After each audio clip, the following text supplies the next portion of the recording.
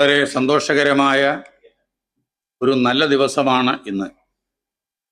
അതിൻ്റെ കാരണം സായിരി സഖ്യം അതിൻ്റെ അഭിമാനമായി കരുതുന്ന എം.ബി. പോൾ പുരസ്കാര സമർപ്പണം ഇന്ന് നടക്കുന്നു എന്നതാണ്. അതോടൊപ്പം ആ പുരസ്കാരം സ്വീകരിക്കുന്നത് മലയാള വിമർശരംഗത്തെ മുൻനിര പ്രതിഭയായ ശ്രീ ആശാ മേനോനാണ് എന്നതും ഈ ദിവസത്തിൻ്റെ പ്രാധാന്യം വർദ്ധിപ്പിക്കുന്നു. ഇവിടെ ഒരു കാര്യം ഓർമ്മിക്കാനുള്ളത്, സായിരി സഖ്യത്തെ പറ്റി ഇതിൻ്റെ ബ്രോഷറിൻ്റെ ബാക്ക് പേജിൽ കൃത്യമായിട്ട് കൊടുത്തിട്ടുണ്ട്.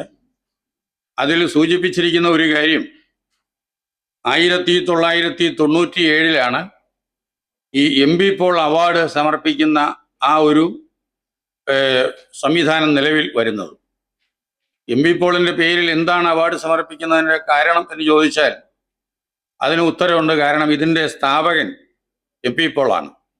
1943 മുതൽ നമ്മളിലധികം പേരും ജനിക്കുന്നതിന് മുമ്പ് തന്നെ ഇവിടെ പ്രവർത്തനം ആരംഭിച്ച വളരെ ശ്രദ്ധേയമായ ഒരു സാഹിത്യ കൂട്ടായ്മ സായിരി സഖ്യം. അത് എം.ബി. പോൾ അന്നിവിടെ ഈ നാഗമ്പടത്ത് താമസിക്കുന്നുണ്ട്. അങ്ങനെ അദ്ദേഹം ഇവിടെ താമസിക്കുന്നത് കൊണ്ട് അദ്ദേഹത്തിൻ്റെ താല്പര്യത്തിലാണ് ഇങ്ങനെ ഒരു കൂട്ടായ്മ തുടങ്ങുന്നത്. പക്ഷേ ഏറെ താമസിയാതെ അദ്ദേഹം ഇവിടെ നിന്ന് തിരുവനന്തപുരത്തേക്ക് താമസം മാറ്റി. അതോടുകൂടി ഇത് നിർജീവമായി എന്ന് പറയുന്നില്ല, എങ്കിലും അദ്ദേഹം ഉള്ള കാലത്തേതുപോലെ സജീവമല്ലാതായി തീർന്നു. പിന്നീട് 1952 അദ്ദേഹം മരണമടയുന്നു.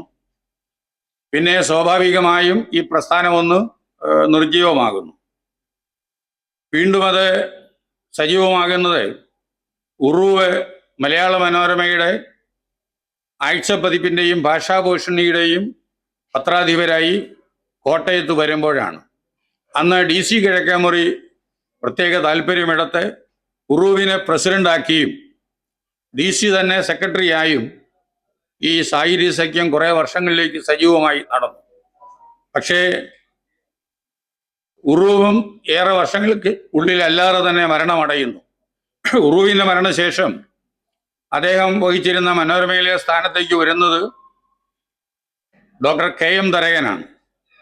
തരകൻ സാറിനെ പ്രസിഡൻ്റാക്കി DC സാറ് വീണ്ടും ഈ പ്രസ്ഥാനത്തെ പുനർജീവിപ്പിച്ചു.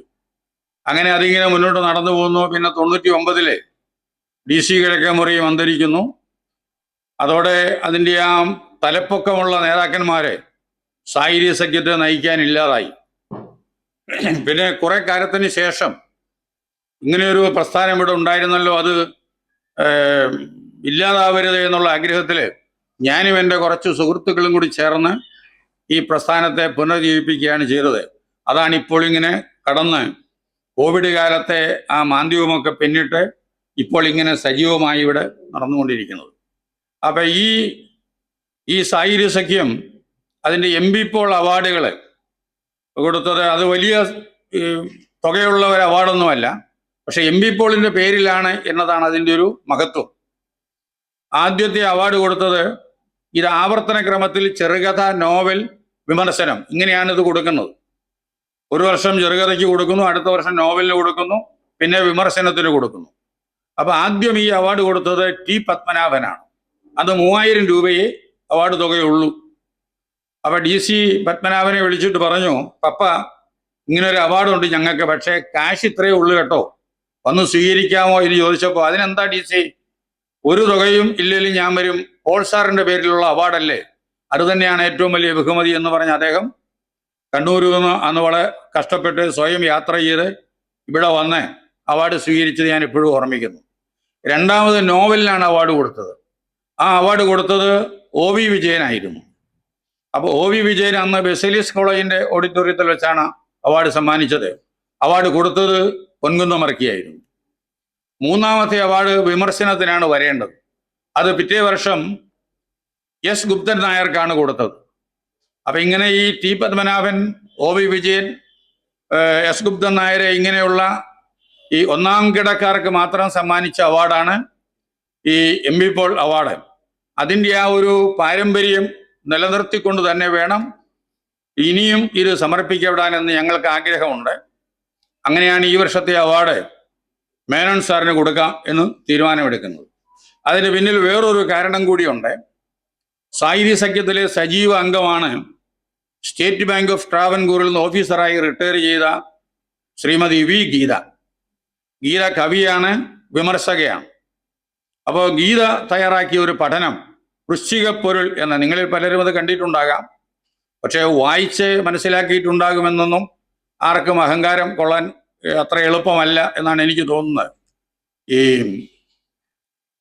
ശ്രീഹർഷന്റെ നൈഷധീചരിതത്തിന്റെ തുടക്കത്തിൽ അദ്ദേഹം പറയുന്നുണ്ട്, ഞാൻ ഇതിനകത്ത് പല കുരുക്കുകളുമൊക്കെ വച്ചിട്ടുണ്ട്, അതൊക്കെ വായിച്ച് മനസ്സിലാക്കി കളയാമെന്നുള്ള അഹങ്കാരത്തോടു കൂടി ആരും ഇത് വായിക്കാൻ വരരുത് എന്ന് അദ്ദേഹം ഒരു മുന്നറിയിപ്പ് നൽകുന്നത്.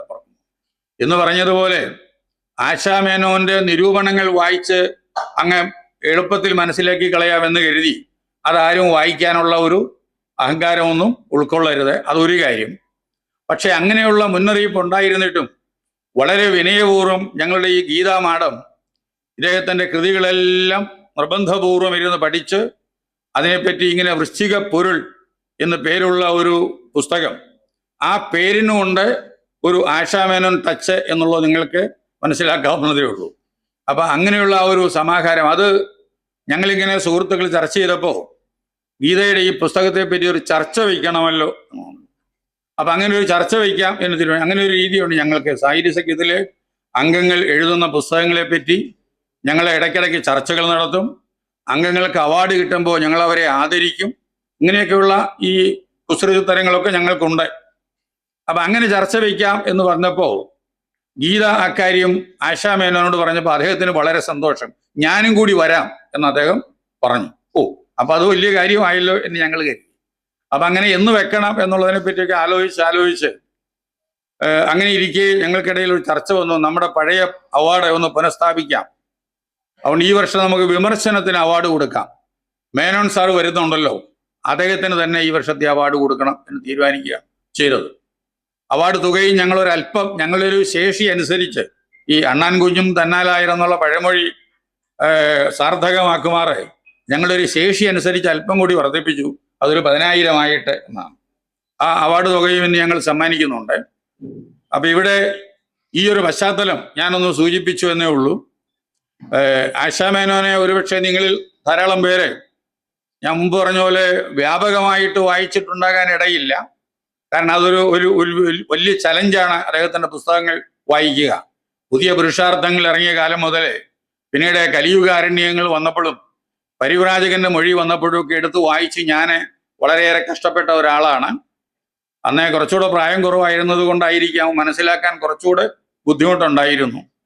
അത് ഞാൻ മനസ്സിലാക്കിയ ഒരു കാര്യം, അദ്ദേഹത്തിൻ്റെ വിമർശനങ്ങൾ നമ്മുടെ മലയാള സാഹിത്യത്തിൽ ഒരു വലിയ പ്രശ്നമുണ്ട്.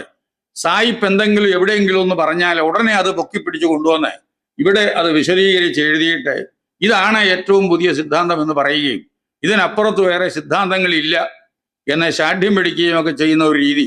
ഞാൻ ഈ സ്കൂൾ ഓഫ് ലെറ്റേഴ്സിലാണ് ഉപജീവനാർത്ഥം അവസാന കാലത്ത് വർക്ക് ചെയ്തത്.